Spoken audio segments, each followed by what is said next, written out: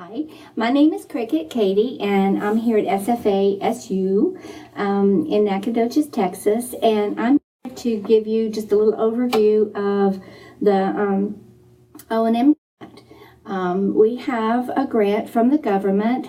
It's called the RSA grant. That's the umbrella term, and RSA stands for Rehabilitative Services Administration. So the federal grant, the federal government gives us a grant so that we can run our program. And the program that you're under right now is called, the grant is called Project Commit. And so I just need to tell you a little bit about what's involved and what is expected of you and what our part is, what you can expect from us, okay? So we're going to give this a shot. This is really strange to do this, but here we go. So the very first thing to do, there's several steps.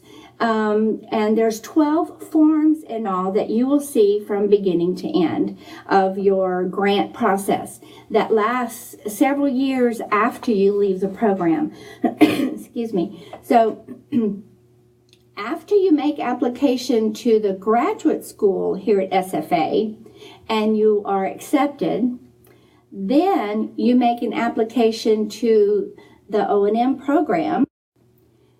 And then if you get accepted, then you make an application for the receipt of the grant itself. And this is what the form looks like. It's very similar to the applications that you're going to fill out for other stuff. So we have to have that in hand before monies are dispersed to you. Now, the money that we're talking about pays for tuition and fees. Remember that you get to go through the program, which lasts for about a year, with tuition and fees paid for, but it's your responsibility to get the textbooks. And the question is, am I really going to need the textbooks? And the answer is, yes. Please get the textbooks. You'll be able to do the assignments better.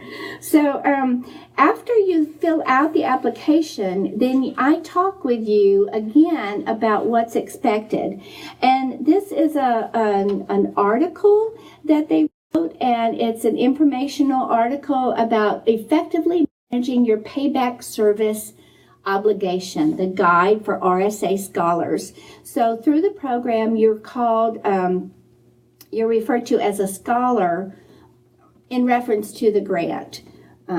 So this you'll have for your files, and my recommendation to you is to actually get a file folder at home to put all of your grant files or grant papers in, all your forms that you get from me.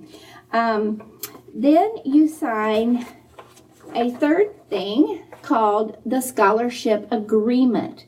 And this scholarship agreement says that, yes, we've told you what's going to be expected, and you know what's expected from us, and you agree to the process. Now, let me tell you a little bit about the process as we go further along in our forms.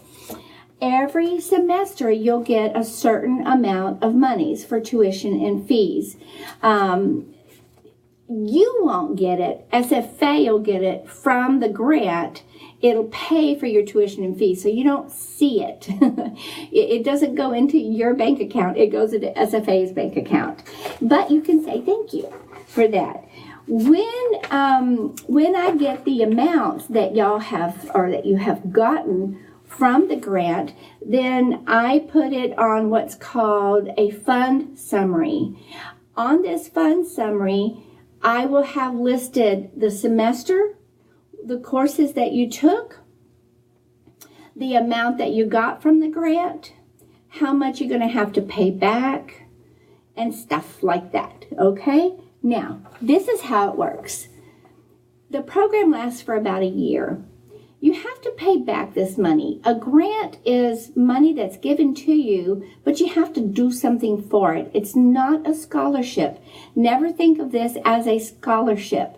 Although it is competitive, it is not free money in the way that you would think of as free money. So what it is it pays for your tuition and fees, and then you agree to pay it back by doing one of two things. One thing is to work for 2 years for the 1 year that you got tuition and fees. How do you work?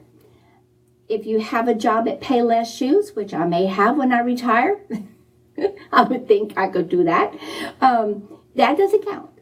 If you have a job as a TVI, as a teacher of the visually impaired, and you've gotten this orientation mobility certification on top of that, but you don't have an orientation mobility job, that doesn't count. It's got to be a job in the field of orientation and mobility. You have to be out there doing the training and being an orientation mobility specialist. So I've had a lag in thought here. I was thinking of something else. I don't know what it was. Okay, so if you don't pay that back by working as an orientation mobility specialist, then you have to pay back the money. So that's why this summary is really important, and I send it to you every semester so that you can put it in that file folder that I talked about, and it'll tell you exactly how much money that you're going to have to pay back if you don't work the payback. But I know you're going to work the payback, otherwise you wouldn't be going through the program to become an orientation mobility specialist, right? Right. Okay. So when you finish the program, when you finish taking the courses, that's called exiting. That's just grant terminology, okay? So when you exit the program, so you're done taking all your courses that you're going to take here with us, then you have 2 years grace period in which to do two things. One, take your ACREP or your ACVREP test. That's your certification test to become a certified orientation mobility specialist, and pass it, which we know you will, because you're going to study and you're going to read all those textbooks and you're going to do all the activities and assignments that are asked of you, and you're going to be the specialist that we know you've come to learn how to be. Okay, so you take that test, and then you have to go and look for a job. So you have that 2-year grace period in which to secure a job as an orientation mobility specialist. Now, when you exit the program, you'll receive a letter that says you've exited the program. So you have 2 years in which to secure a job. Along with that letter, you'll get an exit certification form. This is what that looks like. That's form number 7 here. And it tells you how many years you need to work as a certified orientation mobility specialist. It tells you how much money is involved in the payback if you indeed don't secure a job. And it gives you the time that you need to get the job by, and the time that you need to complete your payback by. So that means that you and I are going to become really good friends. We're going to do that anyway, okay? But I'm going to keep in touch with you from the moment you begin your program here. You begin getting your grant funds. And I'm going to keep in touch with you, and you're going to keep in touch with me and tell me what your address is, if it's changed. Tell me what your phone number is. Tell me what your email address is if it's changed. And you're going to say, I'm looking for a job. I've passed the test. I'm looking for a job. I'm looking for a job. I got a job.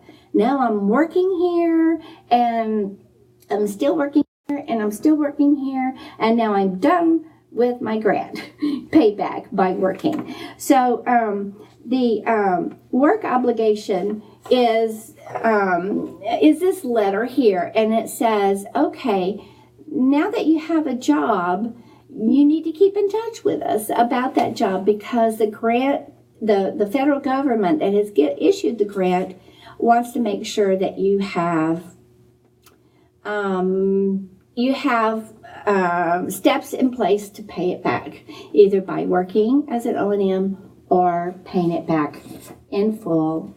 It becomes like a student loan. And every year around fall, sometime in the fall time, and or in the springtime, you'll be getting an employment verification form. And part of it you fill out, and part of it your employer fills out. And all it is just verifying that, yes, you have this job. Yes, this is when it began. Yes, it's in orientation mobility. And yes, it's going to count to payback. So when you're finished with the program, when you finish taking your test and you pass the test, and when you get that job as an O&M and you pay back the time that you need to, grant-wise, then you get a congratulations letter that says, hey, buddy boo, you have completed this part of your life. And so you'll get a completion letter that says you are no longer obligated to the federal government to pay back this grant. Okay? And that's always a really, really good day. It doesn't mean that we don't want to hear from you anymore, because, you're our students first, but then you become our peers. And we always need each other. And so always keep in touch with us. We really want you to keep in touch with us. If there is a time where you need more time, like to secure the job, for example, maybe you've gone to another university, heaven forbid, to get another degree. I can't imagine. But if you do that, or if there are circumstances in your life that are just preventing you from doing what you need to do to pay that back, then we can request for a deferral. And this is sort of like a deferral for a student loan that you've probably had to deal with before. This can be submitted for you to the government, and just to let them know that, hey, you know what you need to do, but let's put it on the back shelf for just a little while. Another thing that you may have to deal with, and it's just a fact of life for some people, is that maybe you haven't passed that test, or maybe you haven't gotten that job. Maybe life just took you in a different direction. Maybe you didn't finish the program, but you still got monies from the program, from the grant. Then we have to go into repayment. And this is the repayment form that has to be filled out and given to the government.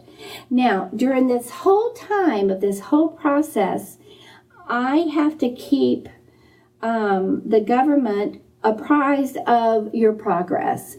And so every November, I think it's November 30th that it's due, I have to do this huge report online. I have to tell them exactly where everybody is in their process of either still taking courses, of paying back by working, or if they're still looking for a job, or if you've dropped the program and need to go into repayment. Every November 30th, I have to give them an update of what's going on with everybody. So I really, really need you to keep in touch with me so we can get it done together, okay? So if you have any questions, don't hesitate to call. Don't hesitate to email. My email is CADYD at sfasu.edu. My last name is Katie. It's like lady with a C, and D is my first, D is for Debbie, so it's CADYD, okay? The phone number here at school is 936-468-2034. So don't hesitate to call at any time. Now, all these forms that we have to deal with throughout the course of this process, are probably going to come to you through email. It seems that we have gone into the age where paper mail gets lost, gets thrown away, gets put on a shelf and forgotten about, whatever. I have better luck getting back stuff from you through email. So make sure always that I have your right email address. All right. Let's get this party started and let's get this process rolling. And I wish you luck every step of the way. Keep in touch. Thank you. God bless.